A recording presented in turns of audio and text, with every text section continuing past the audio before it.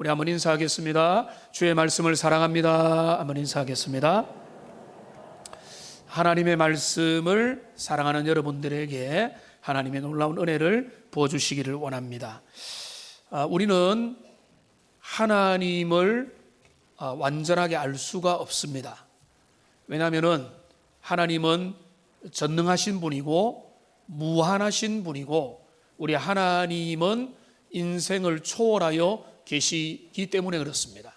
하나님은 무한하신데 우리는 유한하죠. 유한한 인생이 무한한 하나님을 어떻게 알겠습니까? 하나님을 알 수 없고, 하나님의 행하시는 그 행적, 하나님의 길도 우리가 잘 알지 못합니다.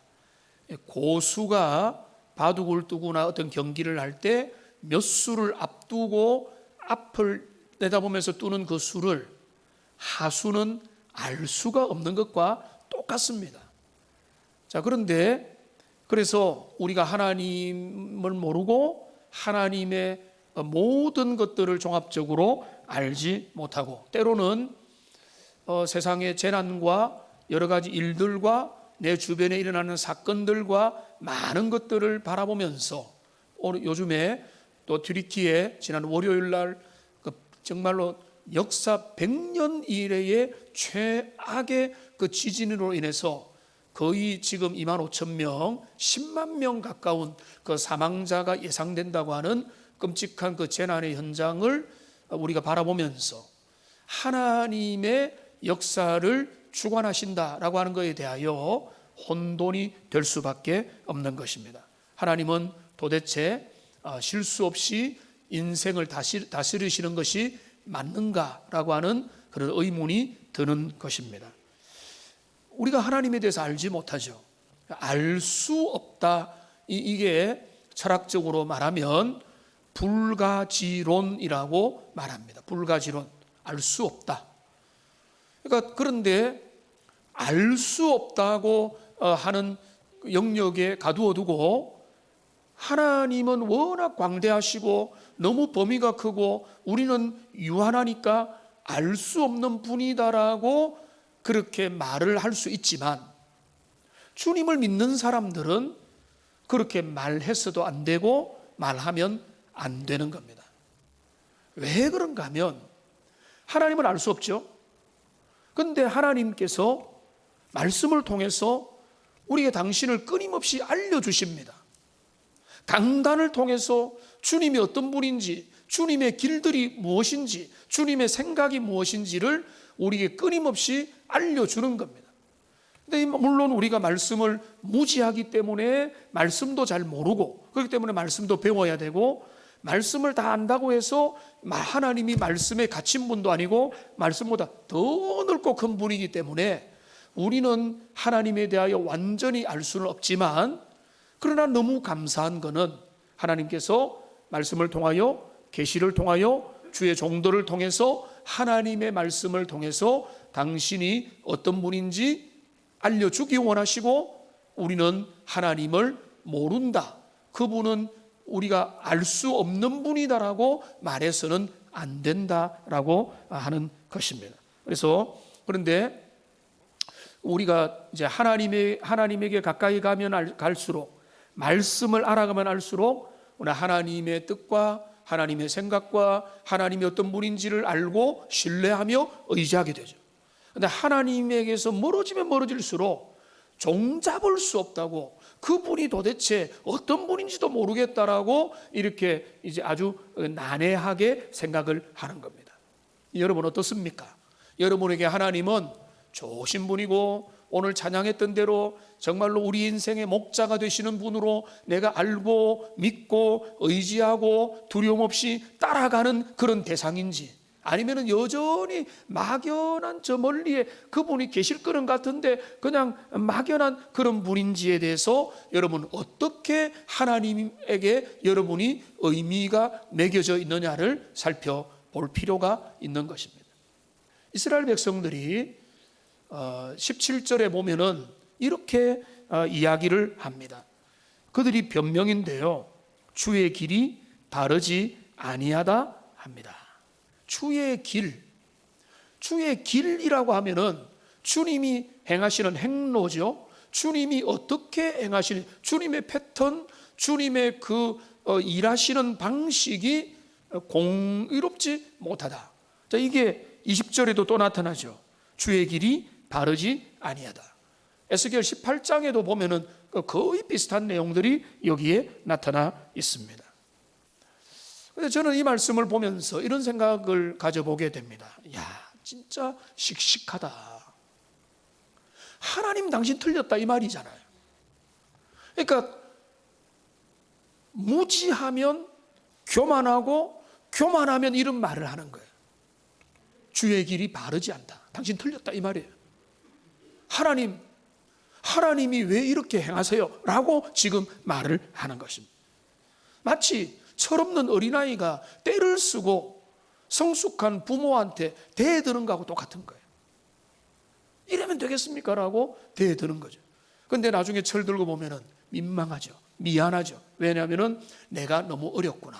내가 이거밖에 못 봤구나. 이런 생각이 드는데 그게 어린아이의 문제가 아니라 신앙이 약하면 약할수록 용기가 가상해집니다.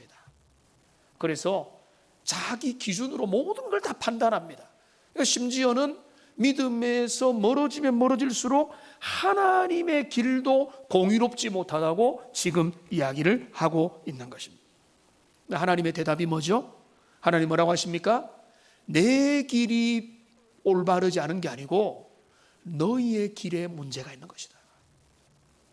너희의 눈이 비뚤어져 있고 너희의 생각이 왜곡되어 있으니까 내가 너희에게 보여준 계속해서 선지자들과 주의 종들을 통해서 들려준 그 음성과 그 주님의 계획을 너희가 들은 척하지 않았기 때문에 다르게 보이고 왜곡되게 보일 뿐이지 내 길은 문제가 없는 것이다 라고 주님이 말씀하는 겁니다.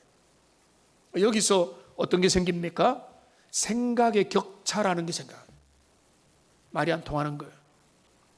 하나님의 길과 하나님의 생각과 이스라엘 그 믿음 없는 연약한 사람들의 생각의 수준의 격차가 이거는 하늘 끝에서 땅까지 나기 때문에 여기에서 많은 문제가 발생하게 되는 겁니다. 이 간격이 너무 큰 겁니다. 그러니까 자녀를 사랑하는 부모의 성숙한 신앙의 부모와 미숙한 깨닫지 못하는 어린 자녀와의 대화와 관심과 그들의 생각들을 이제 나중에 어른이 되면은 다 이해가 되겠지만은 그런 것들의 격차라고 보면은 틀림이 없겠습니다. 그러니까 그 어린의 입장에서 보면 부모의 조언과 처사와 이런 것들이 도무지 이해가 안 되는 거죠. 그리고 부모가 잘못했다 이렇게 생각까지 갈 수도 있는 것입니다. 그런데 그러니까 그 갈등이 어떻게 해소가 되는가 하면 부모가 잘못되지 않았다면 어떻게 해소가 되는가 하면은 자녀가 어느 순간에 나이가 들고 지식이 들고 사회생활하고 어떤 상황이 되면 그 모든 것들을 이해하게 되면서 부모의 마음, 그 진심을 알게 되고 그들이 좋은 의미에서 화해를 하게 되는 것입니다. 여러분, 하나님과 이스라엘 백성들 사이에 이 생각의 간격들이 많이 있는데요. 오늘날에도 마찬가지입니다. 오늘날에도 많은 사람들이 나 하나님을 믿는다라고 하지만 나는 신자요 교회를 다닌다고 하지만은 하나님의 길들, 하나님의 생각들과 내가 생각하는 내 기준과 이 생각의 차이가 많기 때문에 여기에서 우리의 신앙의 자유와 기쁨과 어떤 감격이 여기에서 자꾸 없어지게 되는 것입니다. 오늘날 일어나는 수많은 사건들, 내 주변에 일어나는 일들, 나의 현실들, 우리의 모습들을 바라보면서 하나님은 과연 정의로우신가? 하나님은 살아계시는가? 하나님은 지금 우리의 삶에 개입하시고 역사하시는가? 하나님은 저기 숨어 계시지 않느냐라고 끊임없이 의심하며 그 하나님에 대하여 하나님의 길에 문제가 있다라고 그렇게 이야기를 하는 겁니다. 특별히 오늘의 이제 주제로 본문으로 좀 좁혀서 말하면 구원의 길들에 대하여 더 그런 생각을 하는 겁니다. 여러분, 가만히 우리가 보면은 알 수가 없죠. 어떤 사람은 하나님 앞에 은혜로 돌아와서 주님께 가까이 오고 회개하여 하나님의 생명을 얻어서 믿음의 길을 걸어가고, 반면에 어떤 사람은 저 사람은 예수님 잘 믿을 것 같은데 끝내 안 믿고 눈을 감는 경우도 있습니다. 하나님 앞에서 하나님께 돌아오지 않는 거예요. 어떤 사람은 또 어느 순간에 죄 가운데 헤매고 살다가 주님 앞에 회개하여 돌아오는 경우도 있지만은, 어떤 사람은 배교하여 교회 안에 있었는데 떠나버리는 거예요. 그러니까 우리가 이런 현상들을 보면서 이게 도대체 왜 그런 일이 생기는가? 그리고 여기에 하나님의 일관적인 어떤 의로운 기준이라는 게 있는가? 아니면은 무엇이 작동하는가? 이런 생각을 해볼 때 우리는 더 혼란스러운 생각을 가질 수가 있다는 것입니다. 이런 생각들을 오늘 좀 풀어가겠는데요. 말씀을 통해서 하나님은 분명히 말씀하기를 내 길은 언제나 옳다라고 말씀하십니다. 나의 길, 하나님의 길은 분명하고 명백했으며 내 길이 어그러진 적은 없다. 오히려 너희의 조상들과 너희의 삶의 길이 어그러지는 순간에 거기에서부터 너희의 삶의 모든 문제가 생기는 것이다 라고 주님이 말씀하면서, 그거를 이사야에서도 그렇고 여러 선지자를 통해서 뭐라고 하는가 하면 토론해보자라고 이야기하십니다. 우리가 진짜 하늘을 동원하고 땅을 동원하고 증인들을 동원해서 무엇이 문제인지, 하나님의 진심의 문제가 생긴 건지, 너희 인생의 문제가 진짜 심각한 건지를 우리가 토론해보고 논쟁해보자라고 주님이 그 답답함을 토로하시는 겁니다. 오늘 우리가 이 에스겔서를 통해서 하나님이 밝히신 당신의 길, 주님의 그 길들이 무엇이든지를 살펴보고, 우리는 어느 지점에서 그것을 어떻게 생각해야 될 것인가를 돌아보는 그런 은혜가 우리에게 있기를 원합니다. 하나님의 길은 무엇입니까? 하나님의 길은 우리에게 숨겨져 있는 것 같지만은 그렇지 않고, 오늘 여러분 18절 19절을 보십시오. 여기 18절 19절에 보면은 하나님께서 우리 인생을 이끌어 가시는 중요한 길들과 기준들이 있습니다. 여기 18절 19절을 쭉 보시면은 이런 내용입니다. 의인이 돌이켜서 죄를 범하면 그는 그 죄 가운데 죽을 것이고, 악인이 돌이켜서 그 죄의 자리에서 떠나서 주님께 돌아오면 그는 살게 될 것이다 라고 하는 게 이 18절 19절 그리고 앞의 내용 뒤의 내용입니다. 이 내용은 간단하게 정리를 하면 의인은 살고 악인은 죽는다 이겁니다. 하나님이 이끌어 가시는 세계 인생 경영의 패턴, 변하지 않는 길은 뭔가 하면 악인은 죄로 말미암아 죽고 의인은 산다라고 하는 그것입니다. 이거는 우리가 너무나 잘 아는 내용이죠. 시편 1편 6절을 우리 같이 한번 읽어보겠습니다. 같이 읽겠습니다. 무릇 의인들의 길은 여호와께서 인정하시나 악인들의 길은 망하리로다. 여러분, 이게 시편 1편의 결론이고 150편 전체의 핵심이고 성경의 핵심이에요. 의인의 길은 주님께서 인정하시는 길이고 악인의 길은 망한다는 것입니다. 끝. 이거예요, 이거. 의인의 길은 생명의 길이고 영생의 길이고 축복의 길이고, 악인의 길은 소망 없는 길이고 망하게 되는 것이다. 여기에 하나님의 모든 길의 핵심이 다 들어 있습니다. 물론 여러 사람들은 여기에서 오해를 했어요. 그러니까 여기에 좀 설명이 필요합니다. 의인의 길은 여호와께서 인정하시나 악인의 길은 망한다라고 하는 것이 조금만 우리가 이해만 되면은 여기에 성경 핵심이 다 들어있어요. 먼저 우리가 기억해야 될 하나님의 세우신 진리의 길의 첫 번째 내용은 뭔가 하면, 죄인은 자기의 죄로 인하여 심판받아 죽을 수밖에 없다 이것입니다.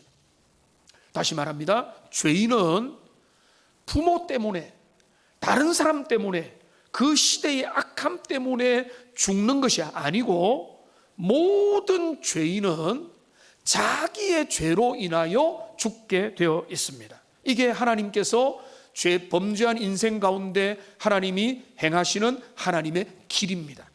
로마서 6장 23절 말씀 볼까요? 여기에 같이 한번 읽겠습니다. 죄의 삭은 사망이요 하나님의 은사는 그리스도 예수 우리 주 안에 있는 영생이니라. 죄의 대가는, 죄의 결과 열매는, 죄의 열매는 뭐죠? 사망이에요.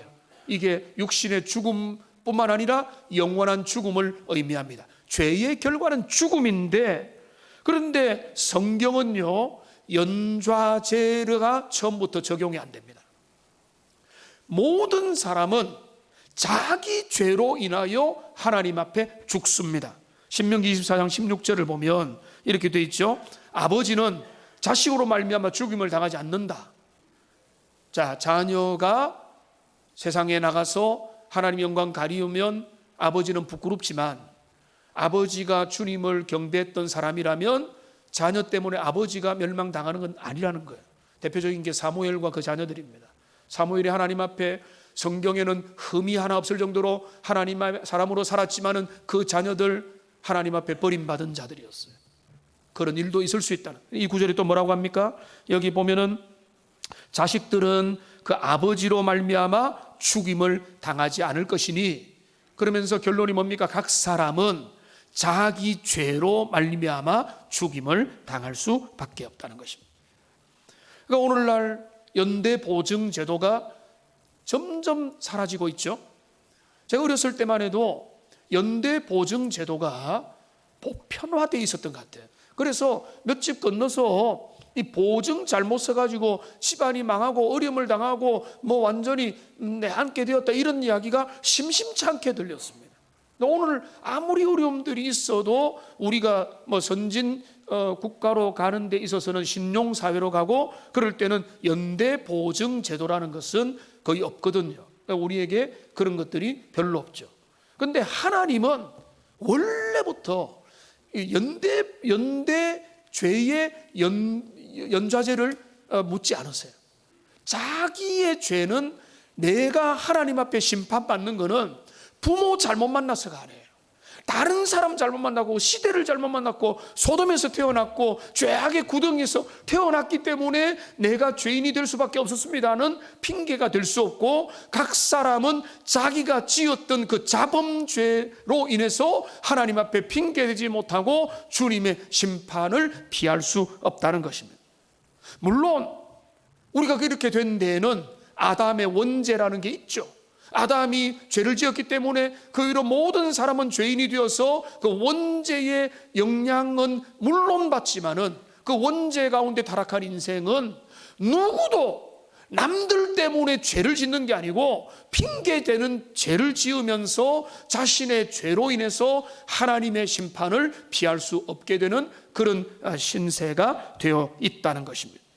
우리가 죄인으로 태어나서 죄를 벗삼아 살고 죄를 스스로 안 지을 수 있는 능력도 우리는 없기 때문에 우리는 이 땅을 살아가면서 죄인으로 발견되고 하나님 앞에 소망이 없는 것입니다. 그러니까 여기 성경이 말하는 첫 번째 하나님의 길, 첫 번째는 뭔가 하면 죄인은 자신의 죄로 인하여 죽게 되어 있다는 것입니다.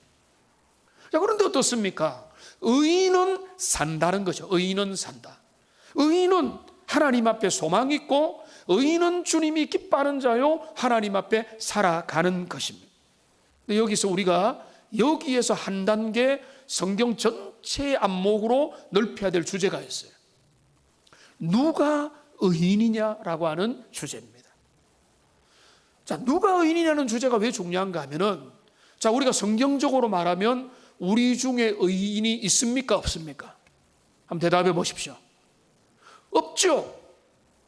하나도 없죠. 의인은 없나니 한 사람도 없는 거예요.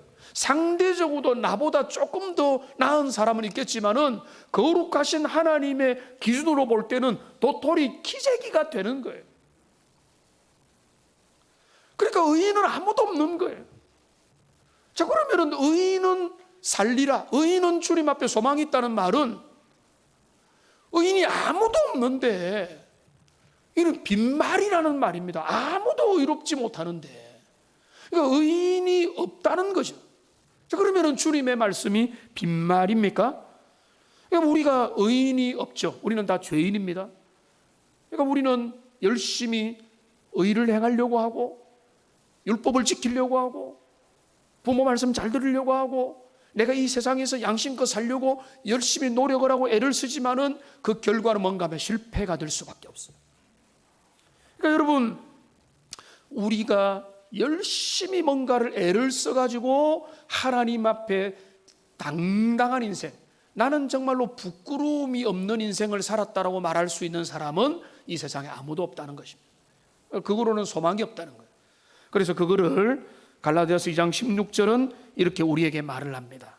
사람이 어렵게 되는 것은 율법의 행위로 말미암음이 아니고 그리스도 예수를 믿음으로 말미암은 줄 알므로 예수님을 믿는 이유가 바로 여기에 있다, 이렇게 말하면서 이는 우리가 어렵게 되는 것이 율법의 행위가 아니고 그리스도를 믿음이다 라고 말하면서 중요한 뒤에 말이 있습니다. 율법의 행위로서는 의롭다함을 얻을 육체가 아무도 없다는 거예요.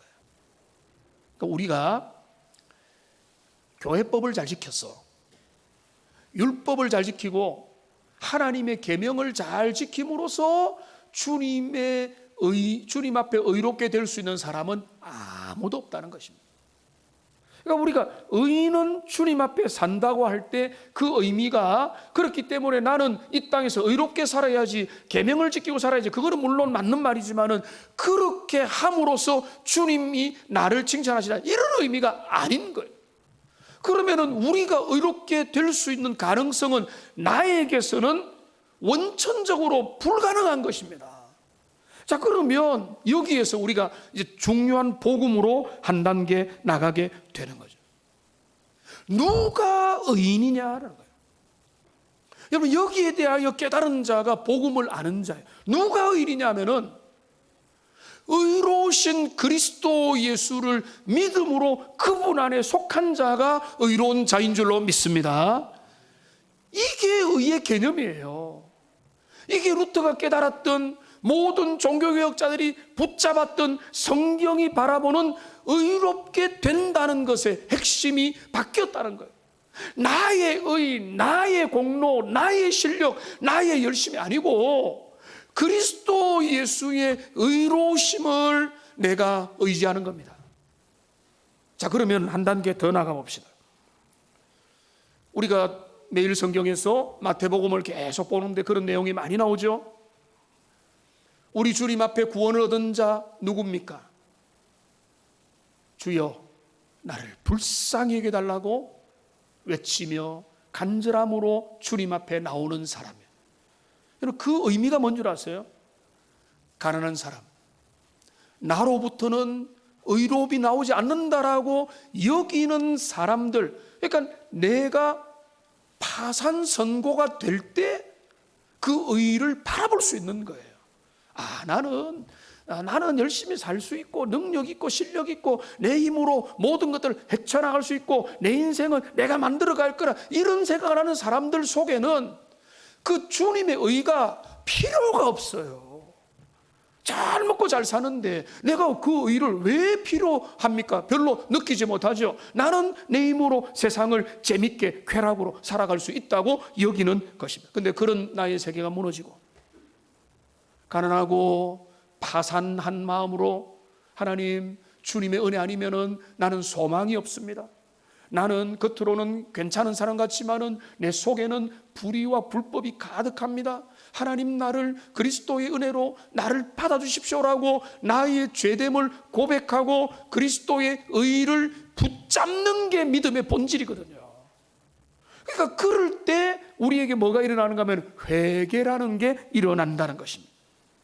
그러니까 회개하여 내 죄, 나를 주인으로 삼고 나를 인생의 주인공으로 여기면서 나 중심으로 살았던 모든 마음을 회개하고 하나님께 시선을 맞추고 나를 돌이켜서 이제 내가 주님 앞에 돌아서겠습니다. 나는 공로 없고 나는 비참한 나는 연약한 자지만은 주님이 나의 소망이십니다라고 믿음으로 인정하고 자복하고 고백하고 회개하고 나올 때, 거기에서부터 주님이 주시는 참된 은혜의 역사, 그리스도의 의로 우리를 덮어주시는 은혜가 나타나게 되는 것입니다. 그러니까 여러분, 우리가 어떤 걸 말하고 있습니까? 하나님의 길에 대해서 말하고 있습니다. 하나님의 길을 우리가 단순하게 보면 이렇게 됩니다. 자, 죄인은 자기의 죄로 인하여 망하고 의인은 의로움으로 인하여 산다. 자, 이걸 보면은 이것만 딱 잘못 오해하면 율법주의에 빠져버려요. 이스라엘의 바리새인들과 서기관들과 율법사들이 빠져버렸던 율법을 통해서 내가 주님을 만족시키겠다는 그 틀로, 이상한 거로 빠져버리게 된다는 겁니다. 그런데 여기에서 우리가 의롭게 될 수 없기 때문에 어떻게 우리의 의가 확보되느냐 할 때 주님이 우리에게 말하는 게 뭡니까? 너희는 돌이키고 돌아오라는 거예요. 죄로부터 돌이켜서 너희의 생각을 바꾸어서 주님께 나오라. 회개의 요청이 그래서 나오는 겁니다. 그게 오늘 본문에 11절 12절에 나오죠. 지난주에 잠시 다루었지만은 어찌 능히 살려? 우리는 자포자기입니다. 우리는 잘못된 사람이고 우리는 이미 구정물이 너무 많이 묻었습니다라는 사람들에게 우리 주님 말씀합니다. 하나님의 마음은 무엇인가? 나는 악인이 죽는 것을 기뻐하지 아니하고 악인이 그의 길을 돌이켜서 떠나서 사는 것을 기뻐하노라. 이스라엘 족속아, 돌이키라. 너희가 왜 죽고자 하느냐? 악한 길에서 떠나라. 여기 보면은 돌이켜라, 떠나라라고 하는 이야기가 반복적으로 나오고 있는 것입니다. 여기 돌이킨다는 것은 히브리어 슈브라고 하는 건데, 그거는 뭔가 하면 가던 길을 뒤돌아서서 전혀 다른 방향으로 가는 것입니다. 쉽게 말하면은 세상의 길, 사단의 길, 하나님 없는 길, 나 중심의 길을 걸어가다가 내 인생을 돌이켜서 하나님 안에서 인생길을 걸어가는 것이 바로 돌이키는 것입니다. 그러니까 죄는 뭡니까? 죄는요, 여러 사람이 착각합니다. 신앙생활 좀 오래 한 것 같은 분들도 이런 착각을 하더라고요. 겉으로 보일 때 고상한 사람은 죄인이 아닌 것으로 생각을 해요. 죄인의, 하나님을 의지하지 않는 모든 사람이 죄인인 거예요. 하나님을 의지하지 않는 자, 주님이 내 인생을 이끌고 인생의 사생의 모든 것들이 그분에게 달려있음을 인정하지 않고 인생을 그냥 내 교양과 내 멋으로 살아가는 자가 바로 멸망당할 인생의 죄인들인 거예요. 그러니까 죄는 그런 것이고, 의인은 뭡니까? 제가 설명을 드렸죠.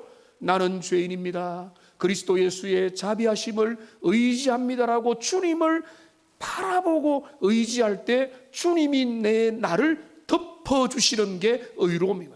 그러니까 내가 의로워서 하나님이 나를 기특하게 봐주는 게 아니고, 나는 죄인인데 하나님이 나를 볼 때 그리스도 예수라고 하는 안경과 주님이라고 하는 창을 통해 나를 바라봐 주신다는 거예요. 그러니까 로마서에 보면은 그 뭡니까? 여기시는 은혜입니다. 노아와 그 가족들이 노아 방주에 들어가서 구원을 받은 것은 그들의 믿음입니까? 노아는 믿음이 있었지만 그 가족들은 죄인이었어요. 노아도 죄인이었을 겁니다. 노아와 가족을 지켜준 것은 그들의 의로움이 아니라 주님을 믿는 믿음이요, 방주가 그를 지켜준 거예요. 그 방주가 뭡니까? 구원의 방주요, 그리스도 예수를 의지하는 믿음의 방주가 되는 것입니다. 그러니까 지금 이 하나님의 길에서, 자, 죄인은 자기의 죄로 망한다, 의인은 의로움으로 산다. 여기 뭐가 있는가 하면 그 의인은 자기의 죄를 끊임없이 돌이켜서 하나님 앞에 나아가는 회개의 작동이 있어야 되는 것이다. 이렇게 되는 거예요. 이게 하나님이 인생 가운데 세우신 구원의 길이라고 우리가 보여지는 겁니다. 여기에 곤란한 문제가 하나 있습니다. 그건 뭔가 하면 죄인이 회개하여 돌이키는 문제는 우리 중에 누구도 예측할 수 없다는 부분에 있습니다. 그렇게 하면 너무 좋죠. 그렇게 하는 것이 살 길인데 하나님 믿고 예수님을 의지하여서 구원받으면 되는데, 이 쉬운 길을 여러분 자녀들이, 그리고 여러분의 주변의 전도의 대상자들이, 우리 주변에 있는 많은 사람들이 그 길을 따르나요? 안 따릅니다. 그들이 전혀 몰라서도 그렇지만 그들은 거기에 관심이 없는. 그러니까 그런데 제가 신앙생활 한 지도 이제는 정말로 꽤 됐잖아요. 50년이 넘었잖아요. 그리고 목회한 지도 30년이 훨씬 넘었죠. 그런데 가만히 생각하면서 저는 선명히 보이는 게 있어요. 그 뭔가 하면, 계속된 의문들이 뭔가 하면, 왜 어떤 사람들은 믿음의 세계로 들어오고 왜 어떤 사람은 믿음의 세계에서 떠나는가? 그리고 이것은 우리의 예측을 왜 모르게 그런 일들이 일어나는가? 어떤 사람은 배도하잖아요. 복음을 버리잖아요. 이 핑계 저 핑계를 대면서 결국 뭔가 하면 하나님에게서 떠나잖아요. 어떤 사람은 저 사람은 돌아올 줄 몰랐는데 주님 앞에 돌아와가지고 예수님 잘 믿고 죽을 때까지 주님 앞에서 은혜로 붙잡고 나가는 그런 현상들이 오랜 시간을 보니까 이런 일이 계속 되더라는 것입니다. 여러분, 여기서 중요한 게 있는데, 데살로니가후서 3장 2절에 보면 이렇게 되어 있습니다. 같이 한번 읽어주십시오. 시작.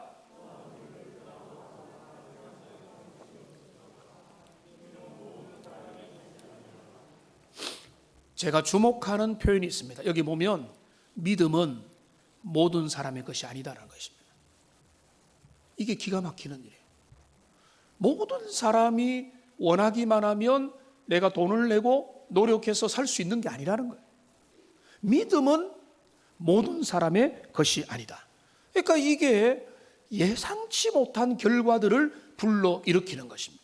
그러니까 회개하고 돌아오면 그만인데 이 일이 잘 안 되고, 그런데 이 일도 엉뚱한 상황 가운데서 일어나게 된다는 거예요. 그러니까 예상치 못한 결과를 제가 몇 가지만 말씀드리면, 먼저는 니느웨 백성들을 떠올려 보십시오. 하나님이 요나에게 뭐라고 했는가 하면, 내가 니느웨를 심판하려고 한다. 40일이 지나면 이 성이 멸망당하게 될 거라고 심판의 메시지를 요나에게 전하겠어요. 요나는 말 안 듣다가 결국 가서 전했죠. 그런데 어떤 결과는 뭡니까? 니느웨 백성이 왕으로부터 모든 짐승에 이르기까지 금식을 하고 회개하며 주님 앞에 돌아왔어요. 하나님이 내가 심판하기로 했기 때문에 너 인정 안 해? 이렇게 했습니까? 그거 아니죠. 하나님이 그 심판을 철회하신 거예요. 예상치 못했던 은혜가 니느웨 백성들에게 주어진 겁니다. 예상치 못한 은혜는 바울에게도 전해졌습니다. 사울이 주님을 믿기 원해서 예수님께 돌아왔습니까? 그거 아니죠.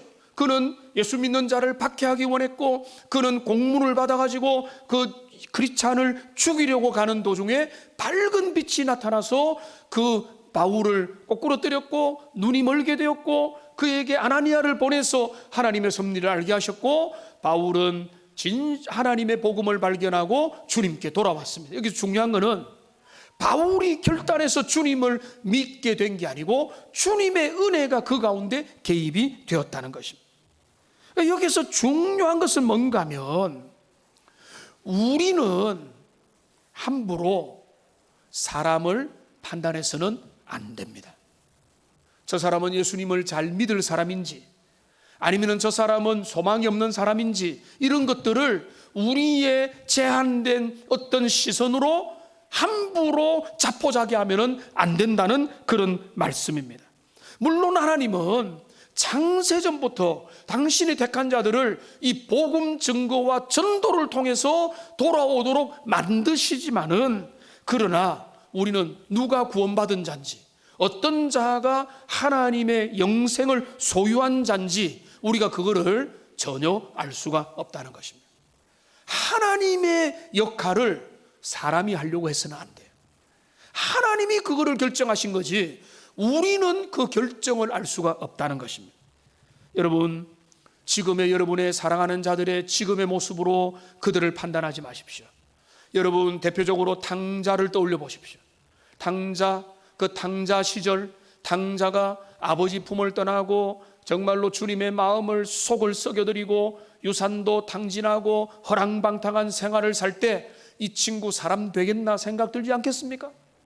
그런 그 시절의 관점에서 보면은 그런 타락한 자요, 그런 소망이 없는 자요, 그런 하나님의 그 예정에서 엇나간 자처럼 보일 수 있겠지만은, 그런데 이 탕자가 아버지 집을 기억해서 주님 앞에 돌아오는 사건을 우리는 잘 알고 있지 않습니까? 탕자뿐입니까? 오늘날에도 여러분들 중에도 오래전에 아니면 얼마 전에 주님 앞에 돌아온 분들도 있지 않습니까? 여러분, 이 역사를 우리가 안다면 우리는 함부로 모든 사람을 고정적으로 정죄해서는 안 됩니다. 저 사람은 소망이 없는 사람이다.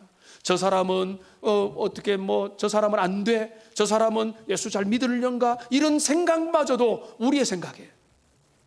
니느웨가 회개하고 주님 앞에 돌아왔던 것처럼 우리 옆에 있는 여러분의 사랑하는 자들 중에 누구라도 주님이 원하시고 주님의 때가 되면은 여러분의 전도에 미련한 것으로라도 그들이 주님 앞에 나올 수 있다는 거예요. 그거를 막지 마십시오. 이제 결론을 내리겠는데, 그 결론은 두 가지로 내리겠습니다. 첫째는 뭔가 하면 이 말씀이 여러분 자신에게 적용이 돼요. 전도에만 적용되는 게 아니에요. 여러분, 사랑은 움직이는 거야, 이런 말이 있었는데, 여러분 우리의 신앙을 생각해 보십시오. 교회 안에 있다고 여러분 안심해서는 안 됩니다. 여러분에게 적용을 한다면 정반대 일들이 여러분에게 일어날 수 있습니다. 여러분은 회개하여 돌이켜서 주님의 은혜를 붙들고 있습니까? 하나님의 은혜 가운데 살아가고 있습니까? 여러분의 삶이 확실히 돌이켰습니까? 이제는 내 인생의 소망이 주님이고 주님이 주시는 그 은혜 가운데서 그리스도의 자비한 의를 힘입어서 살아가려고 여러분 주님 앞에 간구하고 겸손하게 기도하며 주님 앞에 나가고 있습니까? 그렇지 않다면, 진짜 그렇지 않은 사람이 아무도 없어야 되는데, 그렇지 않다면 교회 안에 있다고 해서 해결이 된 게 아니에요. 이 본문이 말하는 게 그겁니다. 의인이라고 할지라도 그가 죄를 범하면 소망이 없다. 이 말은 뭔가 하면, 너희가 겉으로 볼 때 이스라엘 백성이고 혈통적으로 하나님의 선민이요 아브라함의 자손이라고 한다 할지라도 예수님이 뭐라고 했습니까? 이 돌덩이 하나라도 아브라함의 자손 되게 만들 수 있다. 우리가 이 안에 머물러 있다는 것만으로 확인은, 안전판은 되지만은 그 안에서 그거로 완전한 확인 아니고, 진짜 확인은 뭔가 하면 내가 그리스도 예수의 의를 힘입어서 지금도 그 은혜로 살아가고 있느냐, 이거를 물어야 돼요. 이거를 묻지 않고 그냥 교회 활동하고 생활하고 이것저것 하고 웃으면서 떠들고, 그게 신앙의 본질이 아니에요. 본질은 뭔가 하면 그리스도 예수 안에 내가 거하여서 주님을 그 그리스도의 렌즈로 바라보면서 믿고 의지하고 따르고 있느냐, 이게 내 자신을 물어야 되는 신앙의 본질이고요. 두 번째 마지막 적용은 뭔가 하면, 미리 말씀드렸지만은 여러분 누구를 만나든지 여러분 주변에 있는 사람에 대한 하나님의 사랑과 그들의 회개의 가능성을 절대로 차단하지 마세요. 하나님의 인내보다 우리의 성급함이 앞서지 않기를 원합니다. 여러분의 자녀들, 여러분의 배우자들, 주님의 품에서 멀리 떠나 있는 자들도 절대 여러분 포기하지 마세요. 하나님이 포기하지 않는 한 여러분 포기할 자격도 없는 거예요. 단지 기도할 뿐입니다. 기다릴 뿐입니다. 눈물을 흘리며 씨를 뿌리고 그들에게 주님의 사랑을 전하고 하나님의 때에 주님의 방법으로 그 일이 일어나도록 간구하고 기대하고 그들에게 여전한 사랑을 베푸는 은혜가 있으면 좋겠습니다. 말씀을 맺습니다. 하나님의 길은 언제나 동일합니다. 우리가 몰라서 그렇습니다. 우리가 어그러질 때 하나님의 길은 안 보입니다. 오늘 하나님의 길 중에 우리 주님의 구원의 길들이 여기에 잘 드러났습니다. 의인은 살고 죄인은 죽는다. 의인이 누구냐? 그리스도를 의지하여 하나님 앞에 나가기 원하는 자가 진짜 의인임을 믿어서 그것을 주님 앞에 바라보시고, 여러분 주변에 있는 사람들 주님께 돌아오도록 끊임없이 기도하고 간구하는 하나님의 사람들 다 되시기를 주님의 이름으로 축원합니다. 기도하겠습니다. 살아계신 하나님, 우리를 그리스도 예수를 믿고 우리는 자격 없지만